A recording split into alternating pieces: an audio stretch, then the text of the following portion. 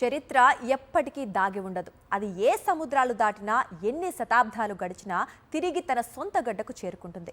దానికి సజీవ సాక్ష్యమే ఇప్పుడు నెదర్లాండ్స్ నుంచి భారత్కు తిరిగి వచ్చిన చోళుల కాలం నాటి అత్యంత అరుదైన తామ్రపత్రాలు, బంగారు నాణేలు.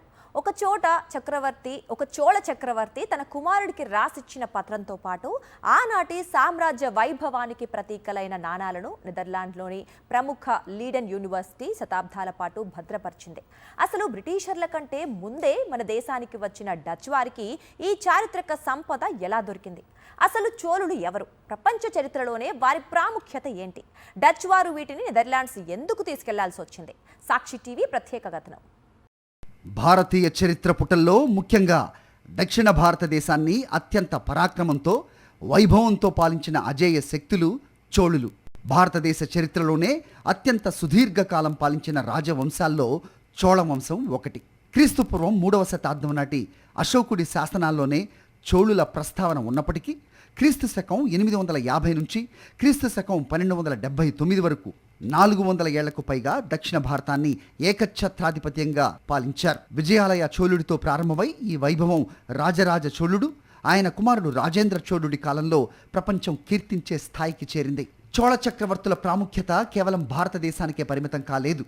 ప్రపంచంలోనే మొట్టమొదటిసారిగా అత్యంత శక్తివంతమైన నౌకాదళాన్ని ఏర్పాటు చేసిన ఘనత చోళులదే. బంగాళాఖాతాన్ని చోళ సరస్సుగా మార్చేసుకున్నారు. అత్యంత బలమైన నౌకాదళంతో మలేషియా, ఇండోనేషియా, శ్రీలంక, మాల్దీవులు వంటి ఆగ్నేయాసియా దేశాలపై దండయాత్రలు చేసి అక్కడ తమ జెండాను ఎగరవేశారు. చైనాతో అంతర్జాతీయ వాణిజ్యాన్ని నడిపిన దార్శనికులు చోళులు. కళలు, సాహిత్యం, అద్భుతమైన శిల్పకళకు వారు పెట్టింది పేరు. తాంజావూరులోని బృహదీశ్వరాలయం నేటికి చోళుల ఇంజనీరింగ్ ప్రతిభకు సజీవ సాక్ష్యంగా నిలుస్తోంది.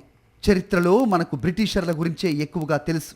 కానీ బ్రిటిషర్ల కంటే ముందే 1605లోనే Netherlands Dutch East India company ద్వారా భారతదేశానికి వచ్చారు.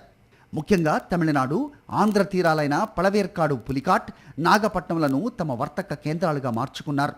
అయితే ఆ తర్వాత వచ్చిన బ్రిటిషర్ల మిలిటరీ, రాజకీయ వ్యూహాలను తట్టుకోలేక వారితో జరిగిన యుద్ధాల్లో ఓడిపోయి డచ్ వారు ఇండోనేషియా వైపు వెళ్ళిపోయారు. కానీ వారు ఇక్కడ ఉన్న సమయంలోనే మన దేశానికి సంబంధించిన ఎన్నో చారిత్రక ఆధారాలు వారి చేతికి చిక్కాయి. మరి చోళ చక్రవర్తి తన కుమారుడికి రాసిచ్చిన అత్యంత కీలకమైన ఆ రాగి శాసనాలు, నాణేలు డచ్ వారికి ఎలా దొరికాయి? చోళుల ప్రధాన కేంద్రమైన నాగపట్నం ప్రాంతం డచ్ వారి ఆధీనంలో ఉన్నప్పుడు అక్కడ స్థానిక బౌద్ధ విహారాలు, ఆలయాల తవ్వకాలు, స్థానిక పాలకుల ద్వారా ఈ చారిత్రక సంపద డచ్ ఈస్ట్ ఇండియా కంపెనీ అధికారుల చేతికి చిక్కింది. ఒక చోళరాజు తన వారసుడికి భూములు, అధికారాలు బదిలీ చేస్తూ రాసిచ్చిన అత్యంత అరుదైన పత్రాలు కావడంతో వీటి చారిత్రక విలువను గుర్తించిన డచ్ అధికారులు వీటిని తమ దేశమైన నెదర్లాండ్స్కు తరలించారు. నెదర్లాండ్స్కు చేరుకున్న ఈ చోళుల తామ్ర పత్రాలు అక్కడి ప్రసిద్ధ లీడెన్ యూనివర్సిటీకి చేరాయి. 1575లో ఏర్పాటైన ఈ యూనివర్సిటీ ప్రపంచంలోనే ప్రాచీన చరిత్రను భద్రపరచడంలో అత్యంత ప్రతిష్టాత్మకమైంది. భారతదేశంలో పాలకులు మారినా, యుద్ధాలు జరిగినా ఈ పత్రాలు ధ్వంసమయ్యే ప్రమాదం ఉండేది. కానీ లీడెన్ యూనివర్సిటీ వీటిని శతాబ్దాల పాటు, అంటే దాదాపు 300 నుంచి 400 ఏళ్ల పాటు అత్యాధునిక టెక్నాలజీతో చెక్కు చెదరకుండా భద్రపరిచింది. వీటిని లీడెన్ ప్లేట్స్ అని కూడా చరిత్రకారులు పిలుస్తారు. చోళుల కాలం నాటి రాజకీయ, సామాజిక పరిస్థితులను తెలుసుకోవటానికి ఇవి కీలక ఆధారాలుగా మారాయి. శతాబ్దాల పాటు నెదర్లాండ్స్ మట్టిలో దాగి ఉన్న ఈ చోళుల కాలం నాటి వైభవాన్ని ఇరు దేశాల దౌత్య సంబంధాల ద్వారా తిరిగి సొంత గడ్డకు చేర్చడంలో భారత ప్రభుత్వం విజయం సాధించింది.